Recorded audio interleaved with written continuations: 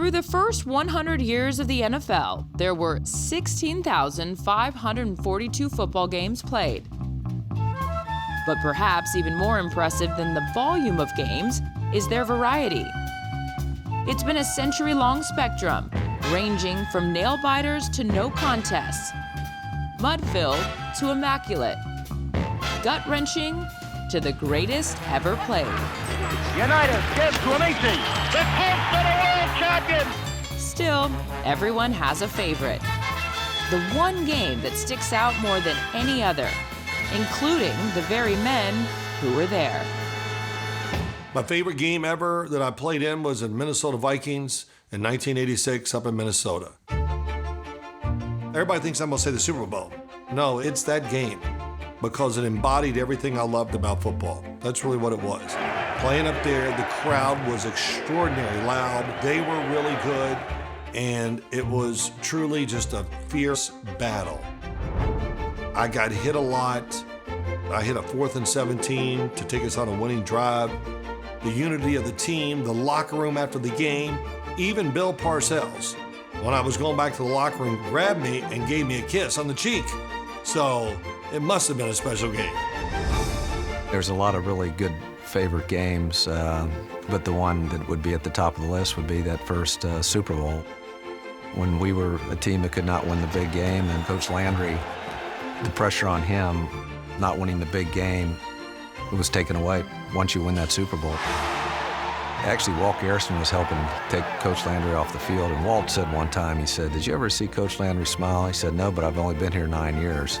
And there's a picture of Coach Landry being carried off the field with the biggest smile you'll ever see, and that was what summed up that Super Bowl.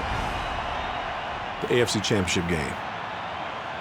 Most people would think the Super Bowl because of the interception that kind of changed the game, but I would say it was the game prior to that. Peyton Manning, Marvin Harrison battle.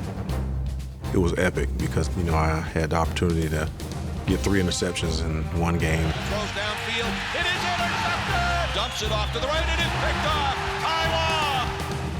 So to have that type of performance at home in your home stadium,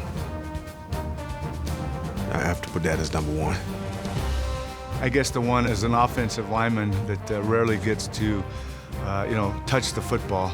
We're playing up in Cleveland, and we'd pretty much lost the game, down 17-10 with like 45 seconds left, and they're punting the ball. We have no timeouts, and Rodney Holman goes through and he blocks the punt.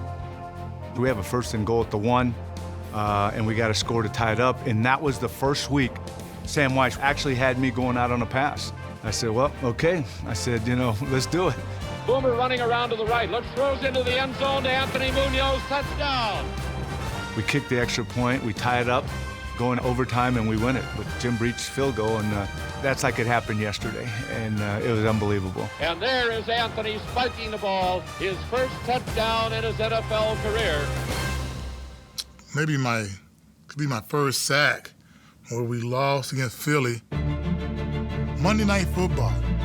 I got my first sack, and I was happy as can be on the plane ride back. Who was it against? Jaws? Randall Cunningham. I sacked Randall against Ron Heller. And I just reached out, dude, grabbed something, pulled him down. I got my first sack. We lose the game, but I'm on the plane, I'm going, everybody back home in Texas saw this. Yes, they did. 2 years prior to Brett Favre and the Oakland Raider Green Bay Packer game, 2 years prior to that, I had lost my mother. At the time I was in college, my brother was playing with Brett Favre, and Brett Favre loaned his jet to my brother so he could get from Green Bay to Los Angeles when everything happened. Fast forward the night after he lost his father, he's playing in Oakland. And I just remember this feeling, like obviously playing against the legendary Brett Favre.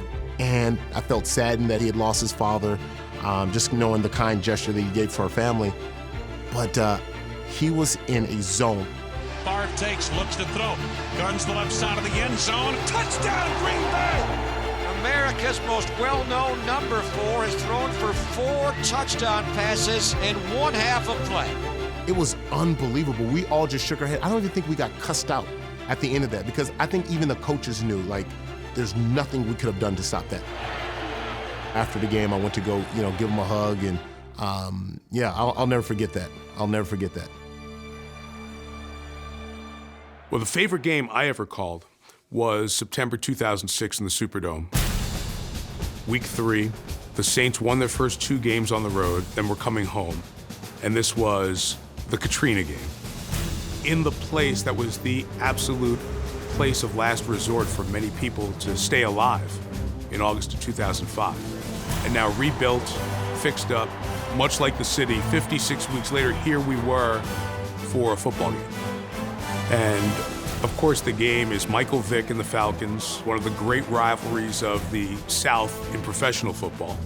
And the Falcons get the ball first, they go 3 and out, and then a moment that everyone who was alive in the city of New Orleans will talk about forever. Right through! Pick block by Steve Gleason. It is scooped and scored. Touchdown, New Orleans! I'll never forget that night. It was the 3rd Monday night game I ever called, and it was used as the stage for New Orleans to tell the world, we're open for business again. Katrina didn't knock us down. And for me, why does that game stick out over every other one? Not necessarily the football, not necessarily who won or lost. It was the day that I forever learned that sports has a much bigger place than just the scoreboard. Sports matters to a city.